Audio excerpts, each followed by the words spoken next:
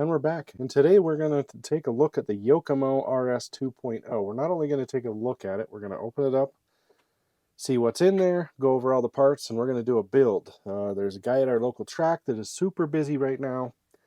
He wants to make it on Saturday and get his stuff, and he just doesn't have time to put the car together, so I offered to assemble it for him to help him out so that he can race on Saturday with the rest of us, because we're all going to have our cars ready, I think. And I think pretty much everybody will be there, but he needs to have a car. So we're going to go ahead and build the Yokomo RS 2.0. Now this is a budget Yokomo race chassis, belt-driven, four-wheel drive. Got a lot of cool features for an adjustable race car, but it's super cheap. $199.99 for this kit, which is not too bad. This class that we're running is a budget 110 scale touring car class. You have to run a 21.5 quick run, cheap system. This one will run blinky mode, or you can do turbo or boost. We are allowing adjustments to the timing and stuff on this one because our cars are a little bit somewhat restrictive. This one is probably the most tunable one we have, but doesn't necessarily mean it's going to be the best for our surface. Our surface is kind of beat up. It's a parking lot that's been seam sealed and sealed, has some pretty cool traction characteristics where you slide a little bit, and some race cars might not perform out of the box well on that surface, whereas Basher, more sport style touring cars may handle a little bit better with some decent tires. So we are doing a spec tire. The system you have to use, the chassis has to be plastic, no carbon fiber chassis or carbon fiber upper brace. Now, you can pretty much tune anything on the suspension. You can change from plastic shocks to aluminum shocks, carbon shock towers. We're not allowing sway bars. Sway bars are not allowed. You have to do all the tuning and stuff from the car. So there's a little bit of restriction on the car, which is why we're allowing the turbo and boost for some of the others. And we're going to see how they do, but I think all the cars are going to be pretty comparable. Right now we have the Yokomo, which is $199, which is the most expensive. We're trying to keep the chassis price under 200 bucks, under 220, under 200. And we're doing the HPI Sport 3, the Kyosho Phaser. We have, you can use the Team Associated Apex 2 chassis, even though nobody has any of those. And the Luis chassis, which is the one that I'm running, that I'm going to have a video on. The car is about the cheapest one that you can get. Actually handles really well. I think it's going to do pretty well. I mean, I'd prefer to have a full race chassis, but I went the route of trying to build the most budget race car I could build and see how well it would do. So we got a video coming up on that one.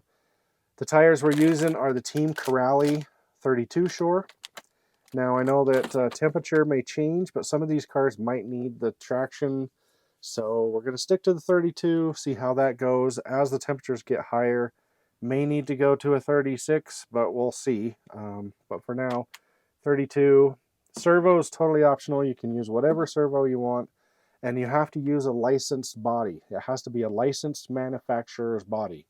So you have to run a Subaru, a Ford, a Porsche. It just has to be licensed from Tamiya or any other manufacturer where the body is licensed, which means you can't use super swoopy touring car bodies that you would see in a lot of high competition mod classes and etc. like that. It has to be a licensed body. This body here that he picked was a Charisma Racing Subaru BRZ, and this body is ultra scale, but also has some pretty nice low profile features. I think it's going to work out pretty well. So 190 wide. It's your standard length. It comes with all the stickers. It's going to be pretty cool, the body to decorate. And we're pretty much going to do it up pretty close to what's on the box. This set comes full decals and everything. Quite the fancy little body, which means you can do pretty generic paint job and just add a lot of stickers. So this is the body we decided he decided to go with on this car. I think it's a great choice. And that's that. So let's get the box open and see what's in there.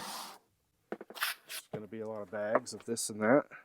In this video, we're going to do some time lapse, and just like we do on all our normal builds. I am going to post up quite a bit of race seeing stuff coming up soon, but this channel is not changing to a race channel. It's just what's going on right now in the summertime. We are still primarily going to be a basher channel and a crawling channel.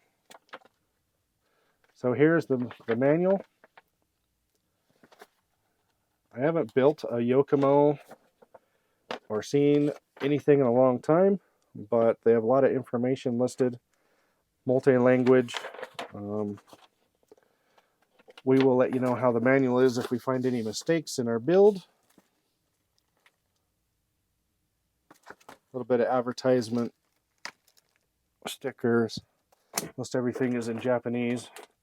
So we got suspension arms. That's pretty cool. It comes with an aluminum turnbuckle wrench. Pretty sweet. Shock oil and grease.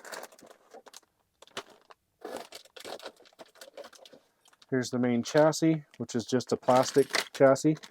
Fairly flexible, but I'm sure with all the bracing that's involved, you can probably add or remove braces to add flex to get more traction. Small tool bag. We won't be using that, but we will be using the double stick tape. And then let's open this bag up. Everything's labeled. Bag 1, 2, 3, 4, 5, 6.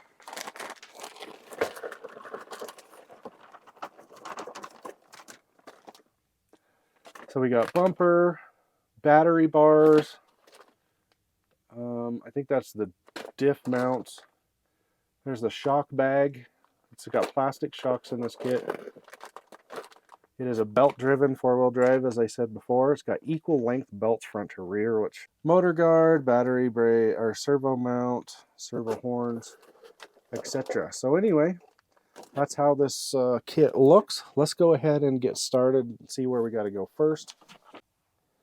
So this car comes with gear differentials front and rear. As mentioned by one of the guys that I race with, it does not say to tune these with any kind of silicone, but they are sealed. They do have a gasket, so you can tune them, but it just says to black grease them, it looks like, for now. So I'm guessing that'll make them pretty good for a loose surface like we're running on. And then you can tune from there. So we're going to start with the chassis, the diffs right into the belt drive. We are going to go ahead and put this on time lapse for right now, and I will stop and pause in between certain sections to let you know how it's going.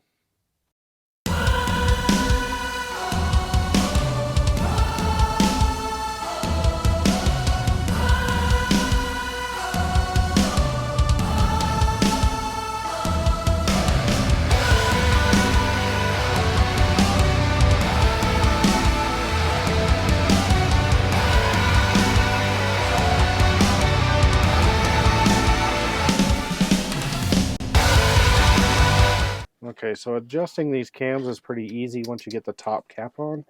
So that really is the way to do it, is to put the cap on. And then just take you can see these little slots right here. So we want this one to match this side. So we're going to push on it till it clicks one more. You can see that moved a little bit more. Now it better matches the front. And pretty easy to adjust the belt tension on this if you can do it that way.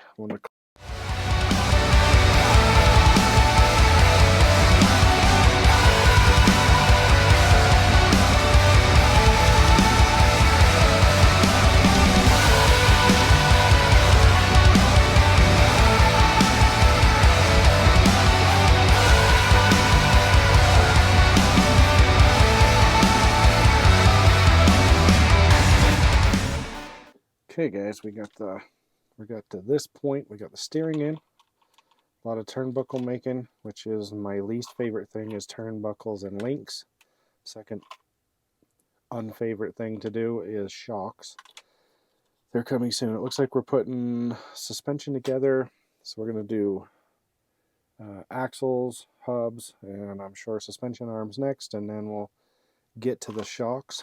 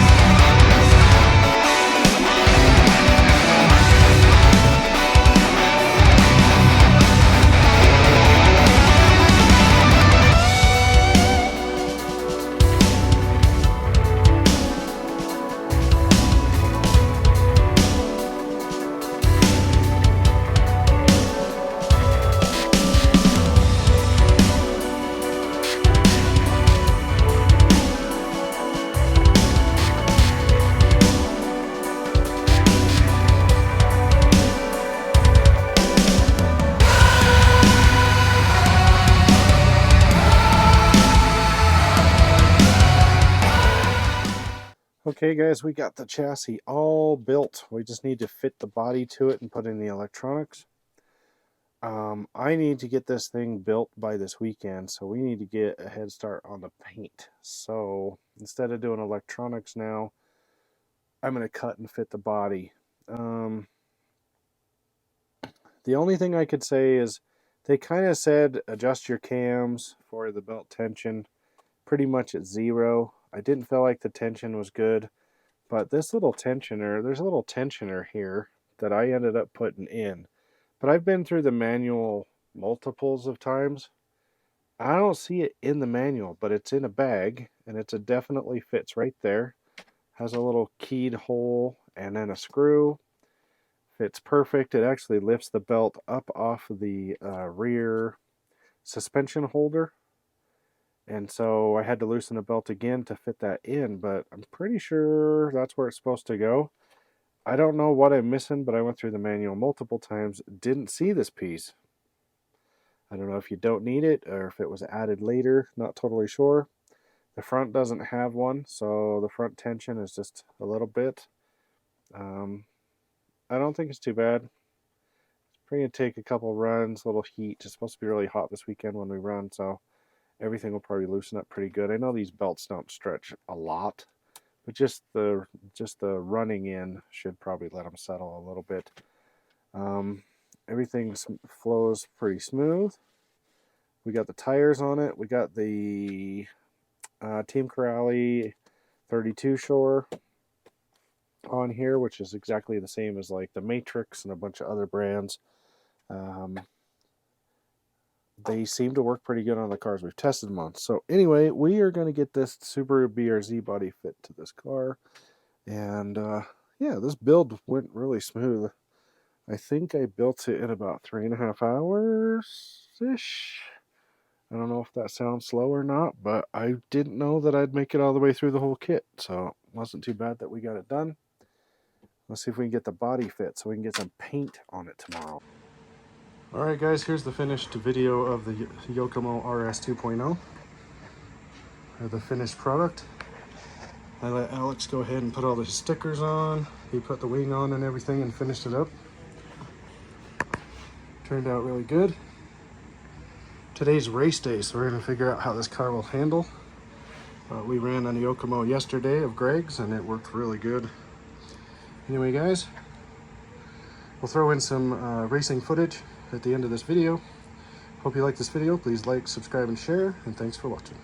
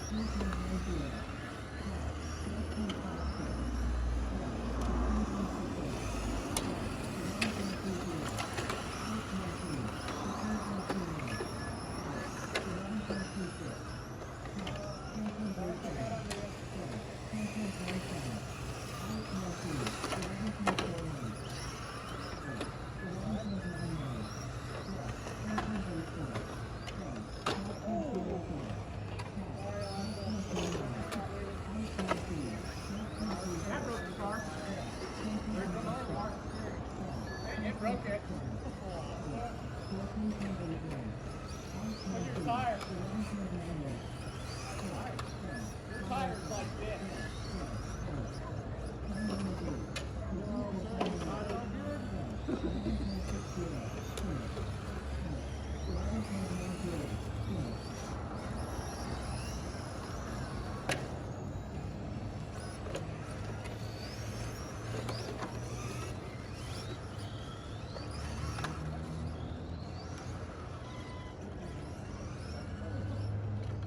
I didn't ask you to catch this guy. Because it just